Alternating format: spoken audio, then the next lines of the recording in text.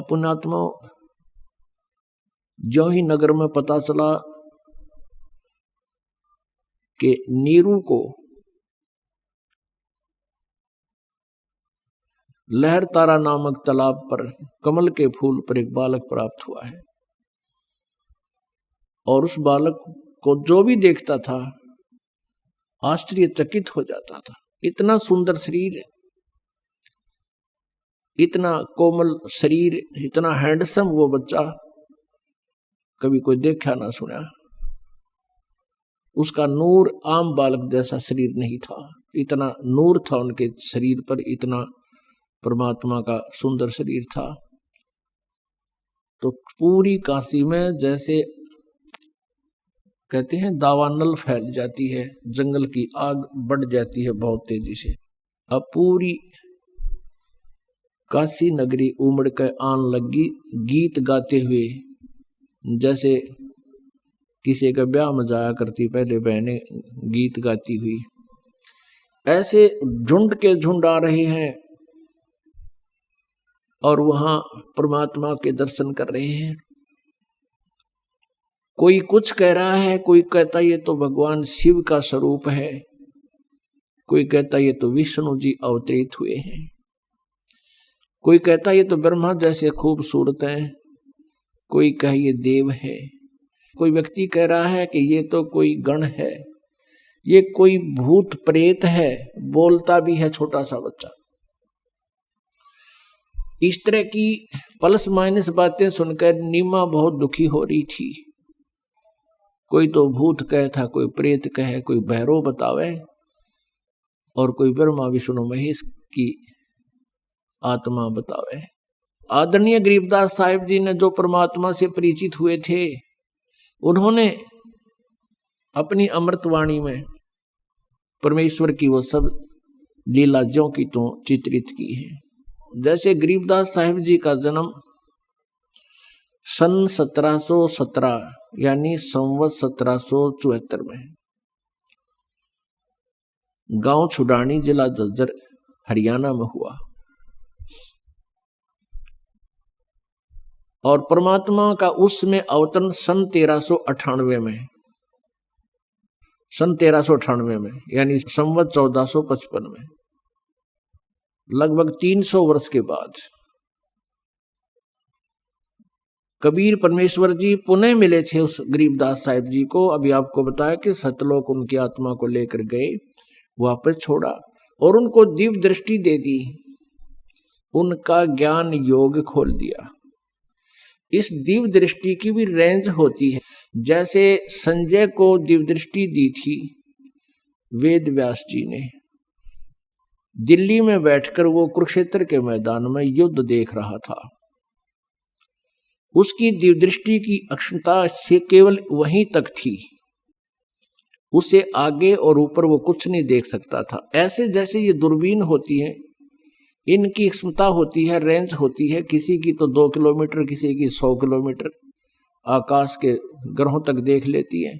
तो ऐसे ही इन दिव्य दृष्टि की रेंज होती है। जैसे तुलसीदास साहिब जी, जो तुलसी जी हुए, तुलसीदास जी, जिन्होंने रामायण को पुनर्चित्रित कर दिया लाखों वर्षों के बाद।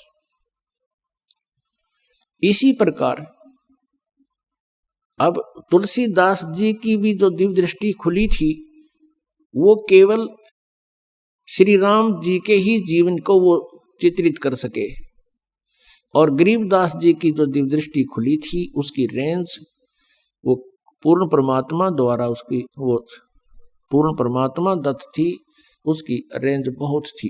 करोड़ों अरबों वर्ष पहले के और भविष्य के सभी रहस्य उद्घाटन गरीबदास साहिब जी ने परमात्मा के बारे में अपने अमृत वचनों में किए हुए हैं।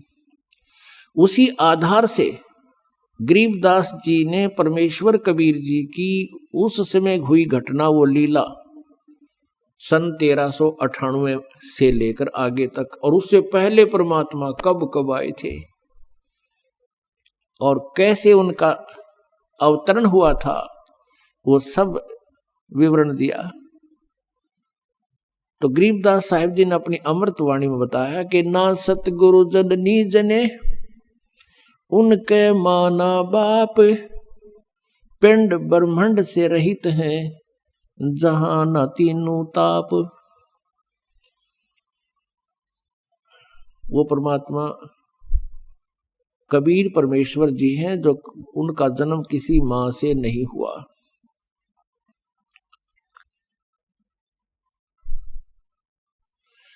गरीबदास साहिब जी ने फिर परमात्मा की समर्थता बताई है।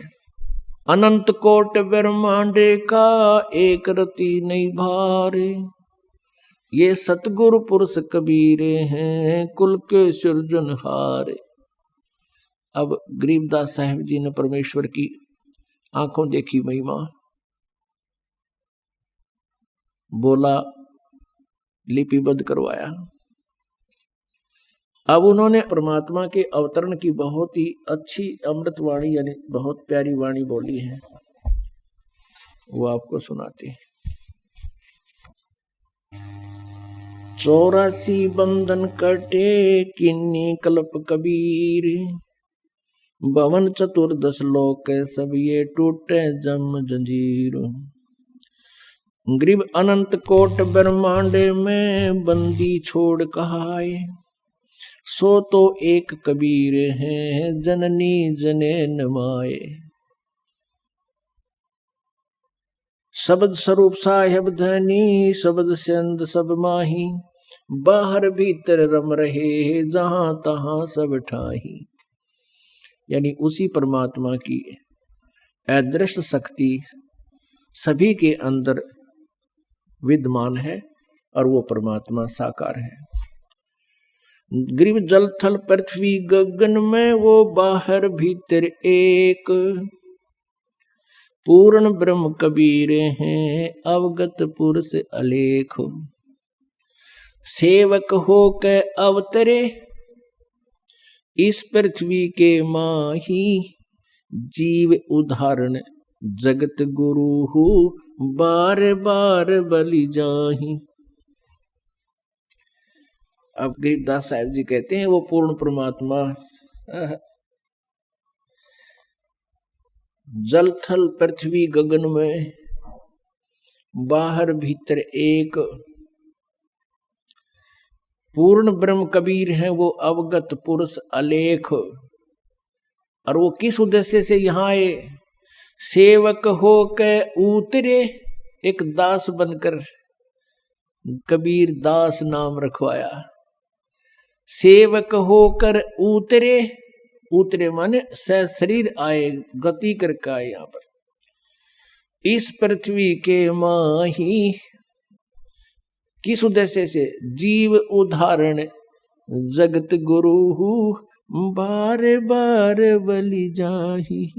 गरीबदास जी कहते हैं हम जीवों का उद्धार करने के लिए वो परमात्मा सशरीर अवतरित हुए, और कहते हैं जीव उदाहरण के लिए वो जगत गुरु सारी पृथ्वी को ज्ञान देने के उद्देश्य से सबका गुरु बनकर, और कहते हैं उसको बार बार बलिहारी जाऊं उस परमात्मा पर जिसने ऐसी दया करी हम काल के जाल में फंसे हुए प्राणियों पर।